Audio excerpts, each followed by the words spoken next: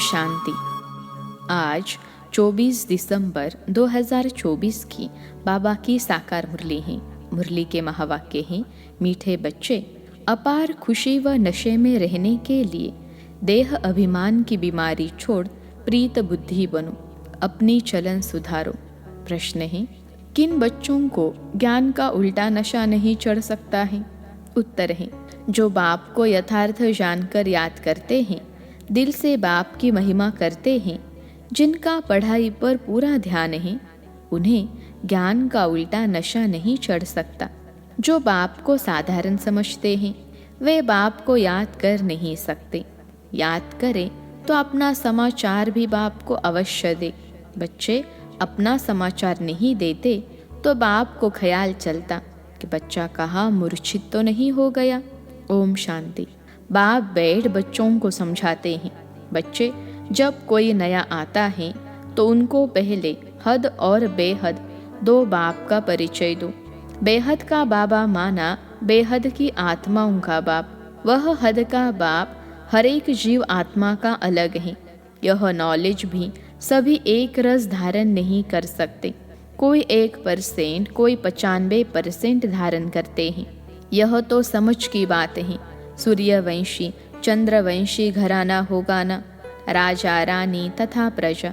प्रजा में सभी प्रकार के मनुष्य होते हैं। प्रजा माना ही प्रजा। बाप समझाते हैं, यह पढ़ाई है, हर एक अपनी बुद्धि अनुसार ही पढ़ते हैं। हर एक को अपना अपना पाठ मिला हुआ है। जिसने कल्प पहले जितनी पढ़ाई धारण की है, उतनी अभी भी करते हैं। पढ़ाई कभी छिपी नहीं रह सकती है। पढ़ाई अनुसार पद भी मिलता है। बाप ने समझाया है, आगे चल इम्तहान होगा। बिगर इम्तहान के ट्रांसफर हो न सके तो पिछाड़ी से सब मालूम पड़ेगा। परंतु अभी भी समझ सकते हो हम किस पद के लायक हैं। भल लज्जा के मारे सभी हाथ उठा लेते हैं, परंतु समझ सकते हैं ऐसे हम कैसे बन सकते हैं, फिर भी हाथ उठा देते हैं। यह भी अज्ञान ही कहेंगे। बाप तो झट समझ जाते हैं कि इससे तो शास्त्री अक्ल लौकिक स्टूडेंट में होता है। वह समझते हैं हम स्कॉलरशिप लेने लायक नहीं हैं, पास नहीं होंगे। वह समझते हैं टीचर जो पढ़ाते हैं उसमें हम कितने मार्क्स लेंगे, ऐसे थोड़े ही कहेंगे कि हम पास विद ऑनर होंगे। यहाँ तो कई बच्चों में इतनी भी अक्ल नहीं है। देह अभिमान बहुत है। भल आए हैं यह देवता बनने के लिए, परंतु ऐसी चलन भी तो चाहिए। बाप कहते हैं, विनाश काले विपरीत बुद्धि, क्योंकि कायदे सिर बाप से प्रीत नहीं है। बाप तुम बच्चों को समझाते हैं कि विनाश काले विपरीत बुद्धि का यथार्थ अर्थ क्या है। बच्चे ही पूरा नहीं समझ सकते हैं तो फिर वह क्या समझेंगे। बाप को याद करना, यह तो हुई गुप्त बात। पढ़ाई तो गुप्त नहीं है ना। पढ़ाई में नंबरवार होते हैं, एक जैसा थोड़े ही पढ़ेंगे। बाबा समझते हैं अभी तो बेबी हैं। ऐसे बेहद के बाप को 3-3, 4-4 मास याद भी नहीं करते हैं। मालूम कैसे पड़े कि याद करते हैं। बाप को पत्र तक नहीं लिखते कि बाबा मैं कैसे कैसे चल रहा हूँ, क्या क्या सर्विस करता हूँ। बाप को बच्चों की कितनी फिक्र रहती है कि कहाँ बच्चा मूर्छित तो नहीं हो गया है, कहाँ बच्चा मर तो नहीं गया। कोई तो बाबा को कितना अच्छा अच्छा सर्विस समाचार लिखते हैं। बाप भी समझते हैं बच्चा जीता है। सर्विस करने वाले बच्चे कभी छिप नहीं सकते। बाप तो हर बच्चे का दिल लेते हैं कि कौन सा बच्चा कैसा है। देह अभिमान की बीमारी बहुत कड़ी है। बाबा मुरली में समझाते हैं, कईयों को तो ज्ञान का उल्टा नशा चढ़ जाता है, अहंकार आ जाता है, फिर याद भी नहीं करते, पत्र भी नहीं लिखते। तो बाप भी याद कैसे करेंगे। याद से याद मिलती है। अभी तुम बच्चे बाप को यथार्थ जान कर याद करते हो, दिल से महिमा करते हो। कई बच्चे बाप को साधारण समझते हैं, इसलिए याद नहीं करते। बाबा कोई भपका आदि थोड़े ही दिखाएगा। भगवानुवाच, मैं तुम्हें विश्व की राजाई देने के लिए राजयोग सिखलाता हूँ। तुम ऐसे थोड़े ही समझते हो कि हम विश्व की बादशाही लेने के लिए बेहद के बाप से पढ़ते हैं।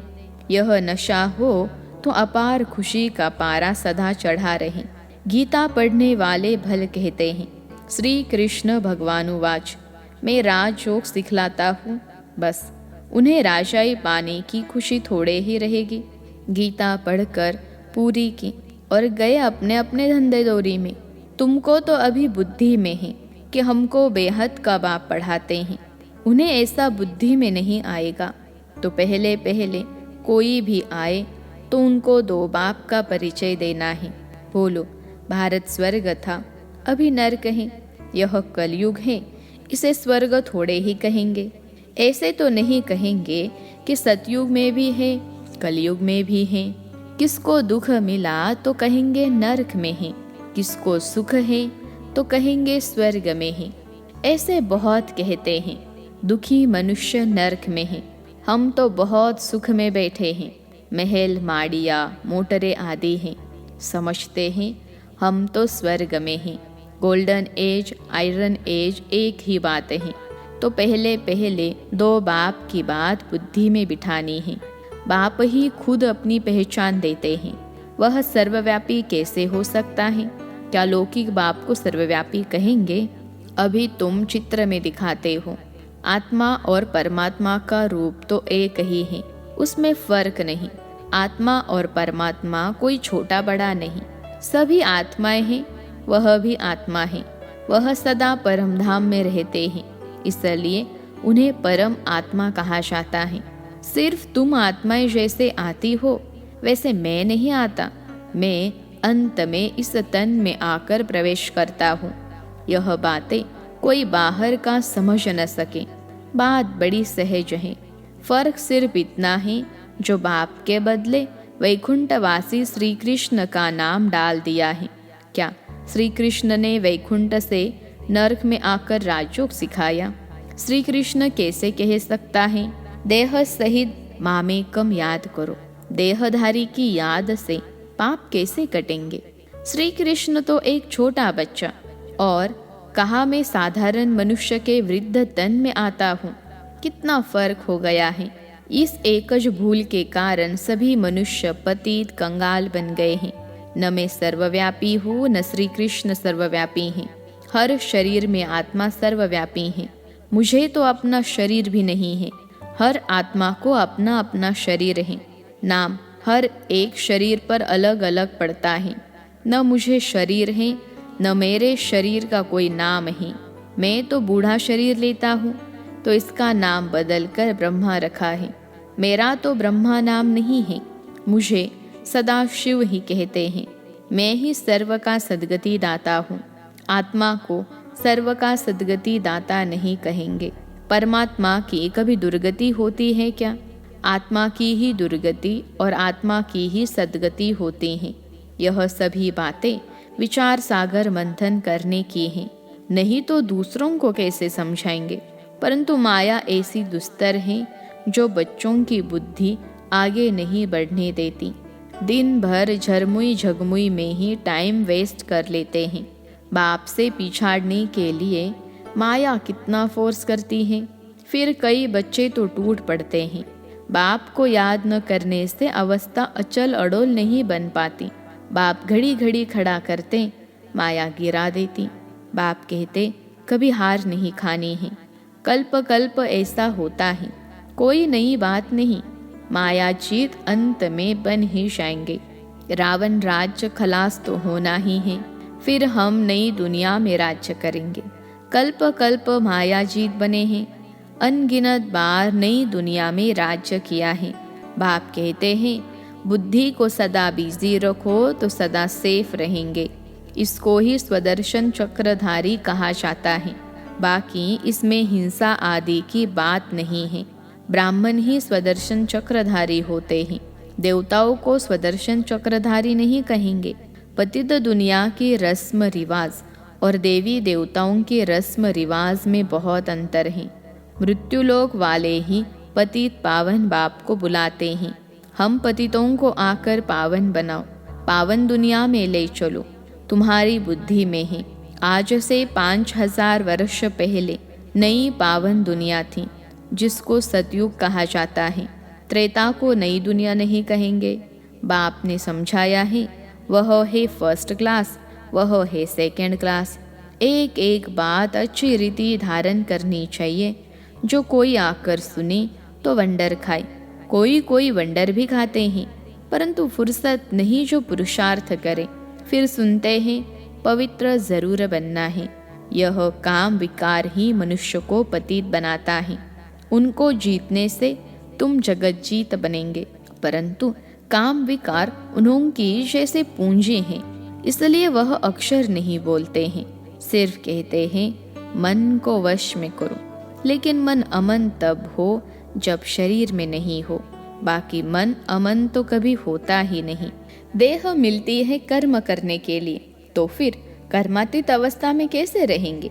कर्मातीत अवस्था कहा जाता है मुर्दे को। जीते जी मुर्दा अथवा शरीर से डिटैच।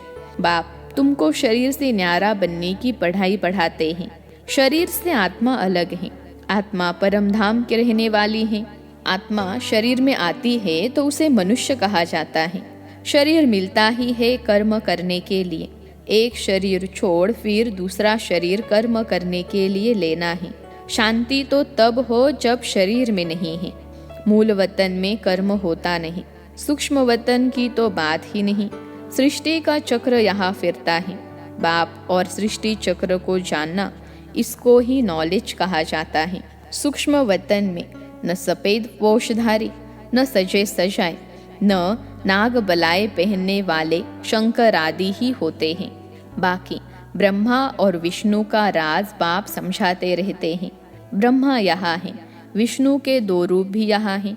वह सिर्फ साक्षात्कार का पार्ट ड्रामा में है, जो दिव्य दृष्टि से देखा जाता है। क्रिमिनल आँखों से पवित्र चीज दिखाई न पड़े। अच्छा, मीठे मीठे सिखलते बच्चों प्रति माता पिता बाप दादा का याद प्यार और गुड मॉर्निंग। रूहानी बाप की रूहानी बच्चों को नमस्ते। हम रूहानी बच्चों की सिखलते रूहानी माता पिता बाप दादा को याद प्यार, गुड मॉर्निंग और नमस्ते बाबा नमस्ते। धारणा के लिए मुख्य सार पहली पॉइंट है, अपने आप को सदा सेफ रखने के लिए बुद्धि को विचार सागर मंथन में बिजी रखना है। स्वदर्शन चक्रधारी बनकर रहना है। झरमुई झगमुई में अपना समय नहीं गंवाना है। दूसरी पॉइंट है, शरीर से डिटैच रहने की पढ़ाई। जो बाप पढ़ाते हैं वह पढ़नी है। माया के फोर्स से बचने के लिए अपनी अवस्था अचल अड़ोल बनानी है। आज का वरदान है, ब्रह्मा बाप समान लक्ष्य को लक्षण में लाने वाले प्रत्यक्ष सैंपल बन सर्व के सहयोगी भव। ब्रह्मा बाप समान लक्ष्य को लक्षण में लाने वाले प्रत्यक्ष सैंपल बन सर्व के सहयोगी भव।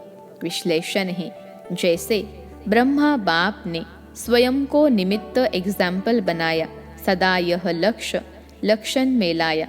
जो ओटे सो अर्जुन, इसी से नंबर 1 बने। तो ऐसे फॉलो फादर करो। कर्म द्वारा सदा स्वयं जीवन में गुणमूर्त बन, प्रत्यक्ष सैंपल बन, औरों को सहज गुण धारण करने का सहयोग दो। इसको कहते हैं गुणदान। दान का अर्थ ही है सहयोग देना। कोई भी आत्मा अब सुनने के बजाय प्रत्यक्ष प्रमाण देखना चाहती हैं, तो पहले स्वयं को गुणमूर्त बनाओ। आज का स्लोगन है, सर्व की निराशाओं का अंधकार दूर करने वाले ही ज्ञान दीपक हैं। सर्व की निराशाओं का अंधकार दूर करने वाले ही ज्ञान दीपक हैं। अच्छा, ओम शांति।